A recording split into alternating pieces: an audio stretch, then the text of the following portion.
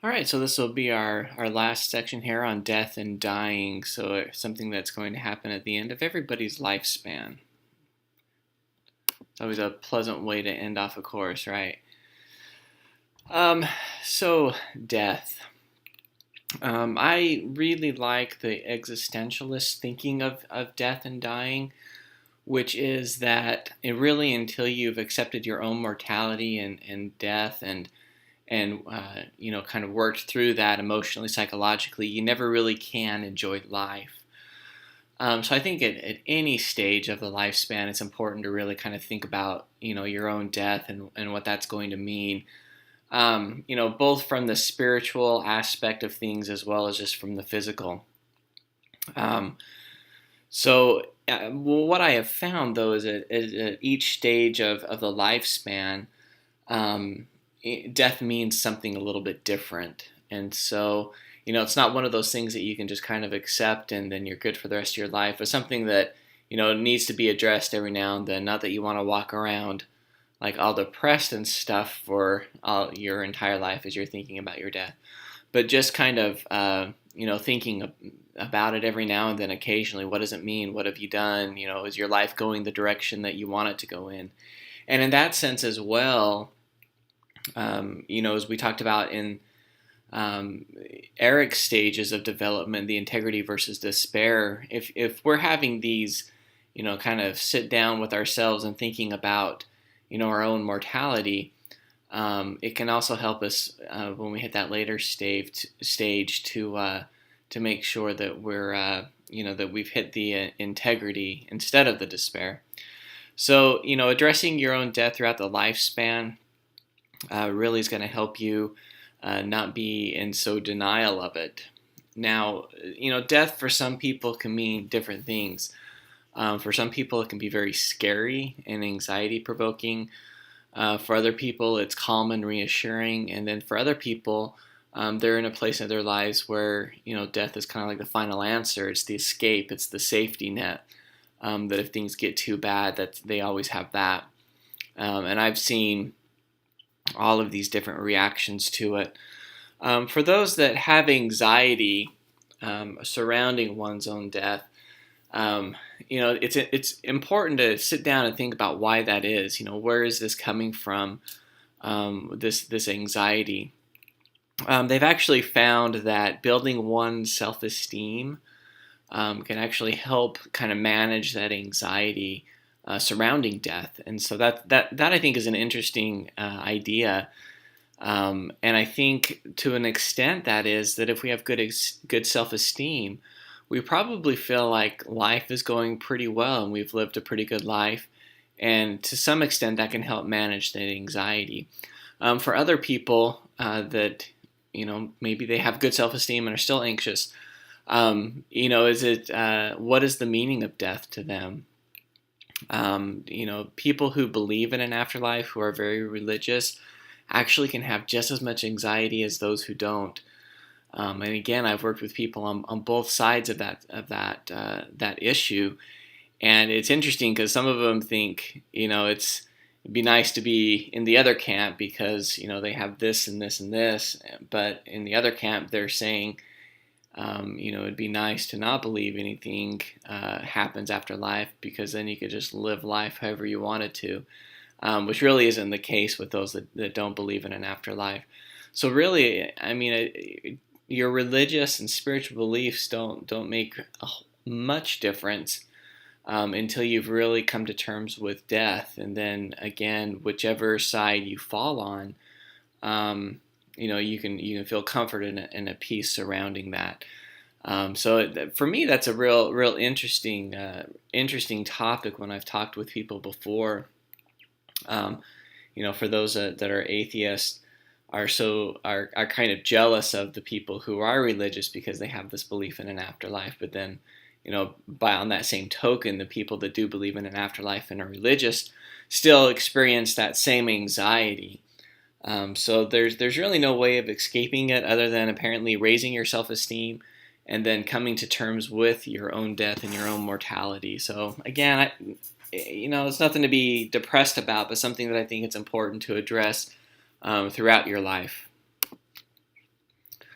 So confronting your own death. I actually went through the exercise one morning several months ago where I just envisioned my deathbed. And boy, that was hugely, it was kind of made me down for the rest of the day. But at the same time, it was somewhat comforting.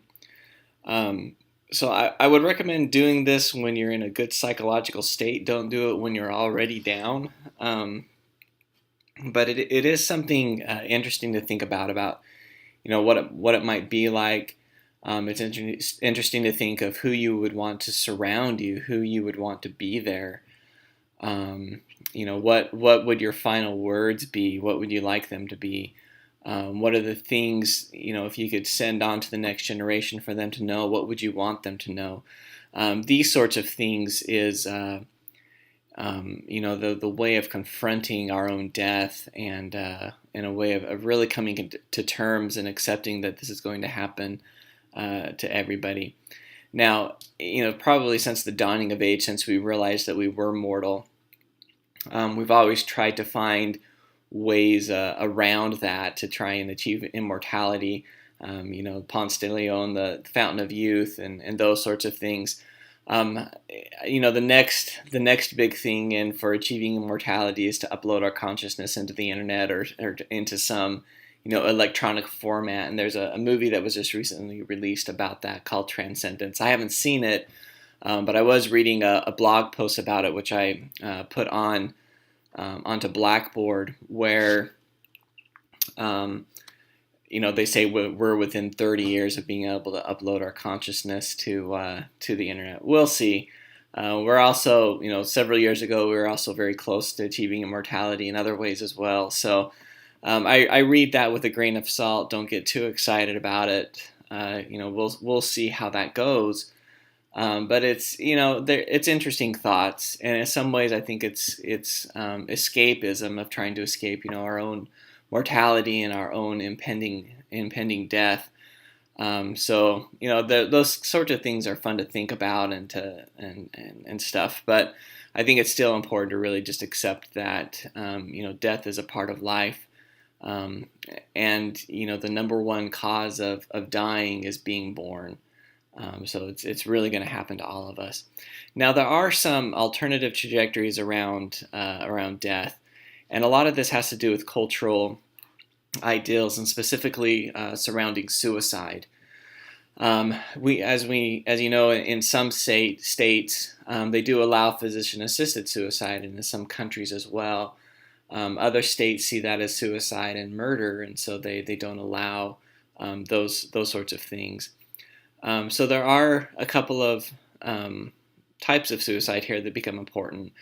The submissive death, and I really question whether or not this is suicide, and so it's something that you'll have to think about. But submissive death is basically just kind of giving up and not accepting medical treatment. I've known some people in my life, and maybe you as well, where people have gotten a terminal illness, and rather than receiving treatment for that, which can make them very sick, they just want to go out peacefully, and so they don't receive any treatment. Sometimes we hear about this in particular with cancer, where the treatment can be, really challenging, really horrible for the people, and so as a result, they, don't want that and just want to go peacefully. So that's submissive death. I don't know that that's necessarily suicide, because really with the treatments there are no guarantees that it's going to work anyway, and it is just going to make you sicker. So I don't know if it necessarily needs to be called a type of suicide, but it is definitely a way of dying, and one that some people do choose. Suicidal erosion.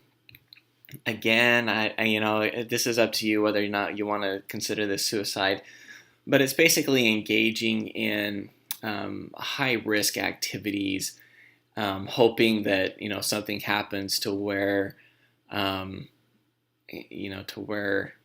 you're gonna die. So driving really fast, doing crazy things, rock climbing without the protective gear or whatever. So engaging in high risk environments and activities in the hopes that it ends in you dying, is suicidal erosion. So those are a couple of other ways that people may choose to die, or with suicide. There's a lot of ways of doing that as well. I've actually working in the Juvenile Justice Center. It's pretty amazing how creative people can get if they're really determined to do it. This next part is not for sensitive listeners. When in the Juvenile Justice Center, when somebody was threatening suicide, we do a suicide assessment on them, and if it was really severe, they would go into a room that didn't have anything. It was like I think they had a mattress but no sheets.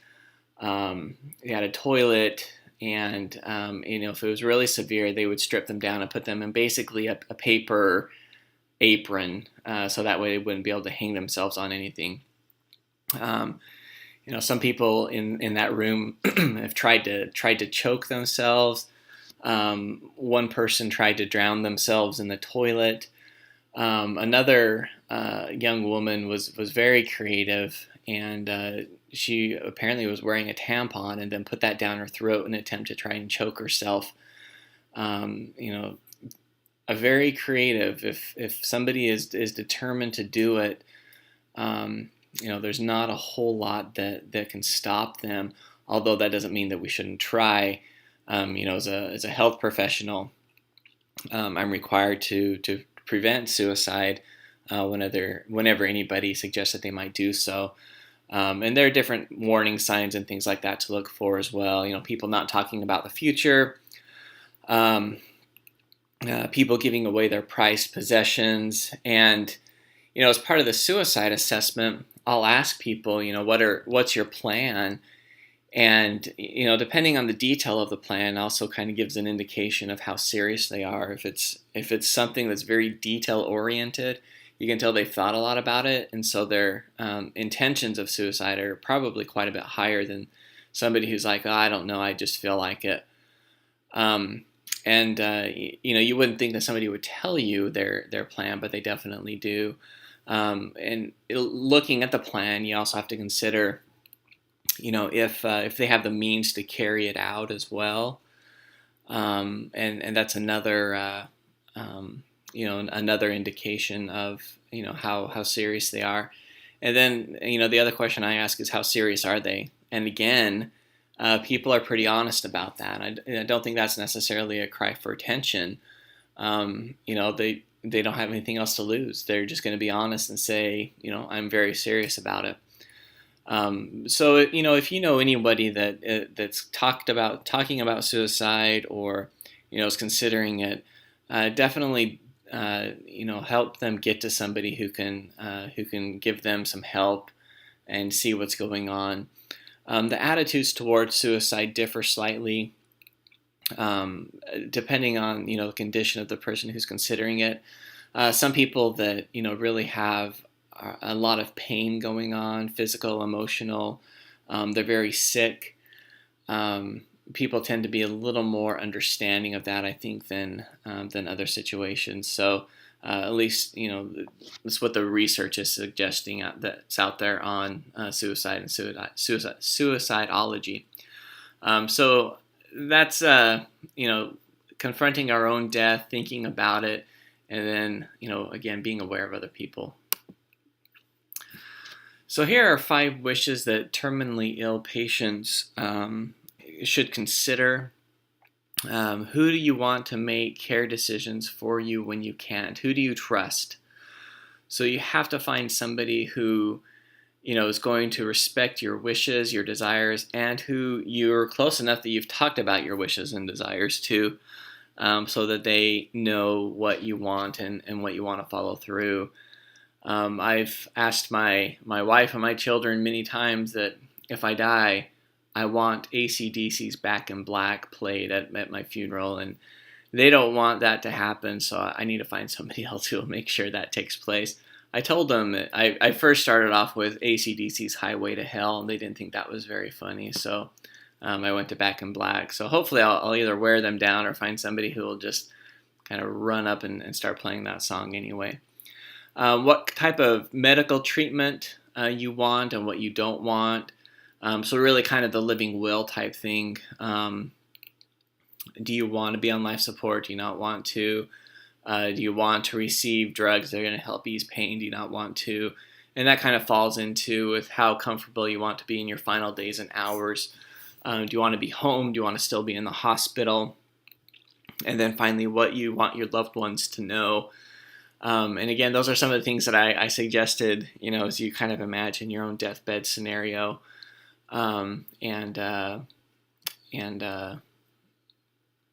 Things to think about, either now or, heaven forbid, if you should get a terminal illness. It's good to have these things planned out. I think previously, but again, these are things to think about that are just going to help us think about and accept our own death. So humane death then. Hospice is a great program. Actually, one of my very good friends was a counselor for hospice and really has some just heartbreaking stories to tell of people who have lost loved ones.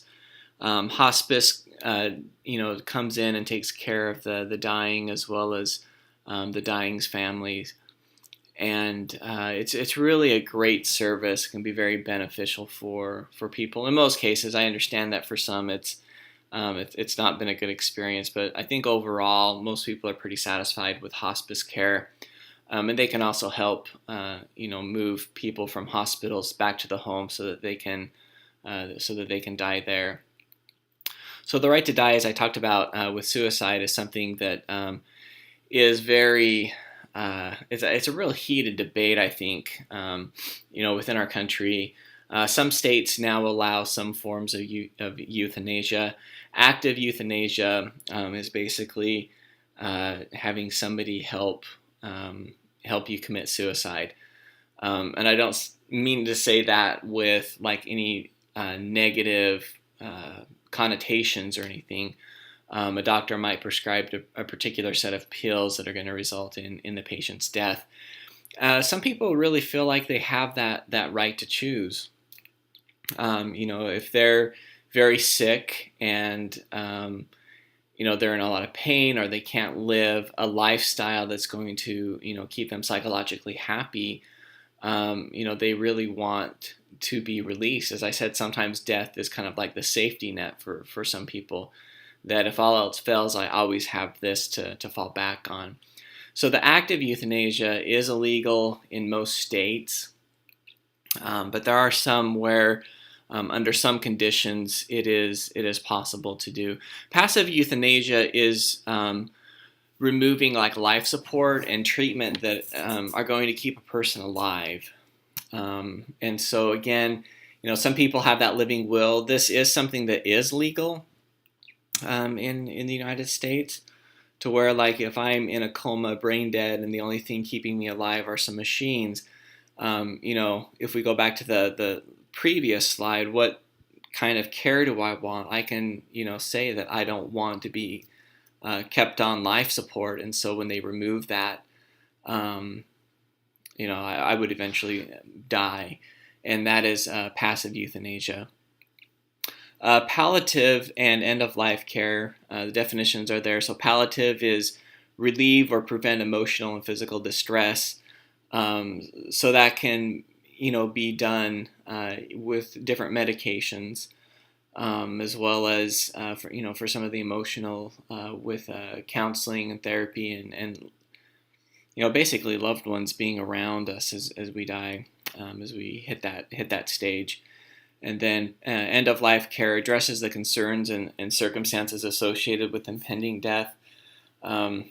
Basically what it says. So it's talking more, I think, of kind of the overall picture, more detailed, like what do I want to have happen, what do I don't want to have happened.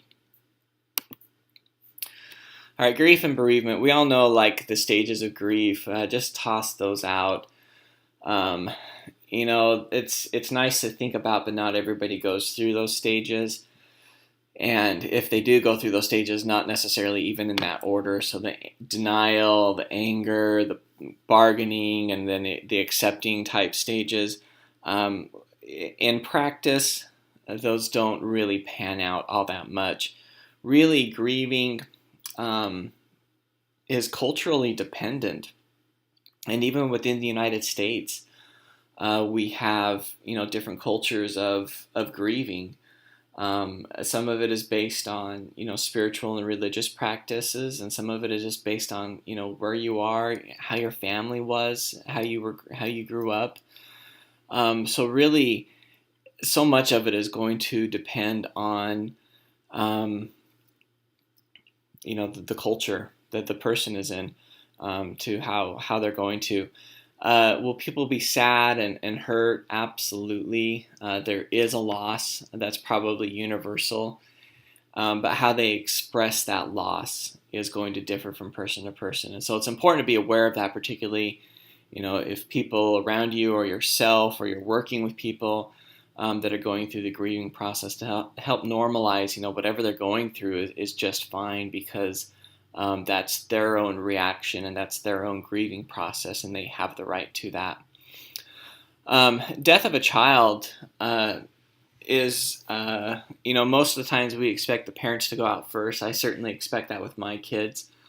Certainly losing one of my kids while I'm still here, still around, would absolutely be hurtful and devastating. And I've known several people who have lost a child, and boy, I just can't even imagine some of the pain that they go through. And I've put up a couple of posts on Blackboard that talk about this experience for different people. Sometimes as we see other people grieve this loss or any loss, sometimes we just want to make them feel better, and so we say stupid things. Like, well, now you have more time on your hands because you don't have to take care of a sick child or sibling or friend or whatever. That's not what you want to say to somebody who's grieving. A lot of times when somebody is grieving, the best response is to just grieve with them. And that really is going to be the most powerful thing that we can do when somebody is really grieving, whether it's a child or somebody else that's close to them. To just grieve with them would be my primary recommendation. But there's other things listed on the blog post there that can give you some ideas of how to handle these sorts of situations. All right, so finally, so death is a part of nature. As I said, the number one cause of death is being born. This is the lifespan. We're going to be born, and then at some point we're going to die. Death has an effect on the survivors. Certainly, if you've ever experienced that. For me, I've lost 2 sisters and a couple of grandmas in my time, and it definitely does kind of change, your perspective, the way you see things, the way you act with the world. I think it really helps you recognize that this time is limited. And, if you haven't yet experienced, the loss of a loved one, I don't want to burst anybody's bubble, but you will at some point, just because it's a part of life. And so death can, for the survivors, it changes perspectives. It can also inspire. I've known several people who have lost loved ones to cancer, and so, some of the things that they do are, volunteering at cancer centers, or they, get involved in races and walks for the cure, race for the cure type things.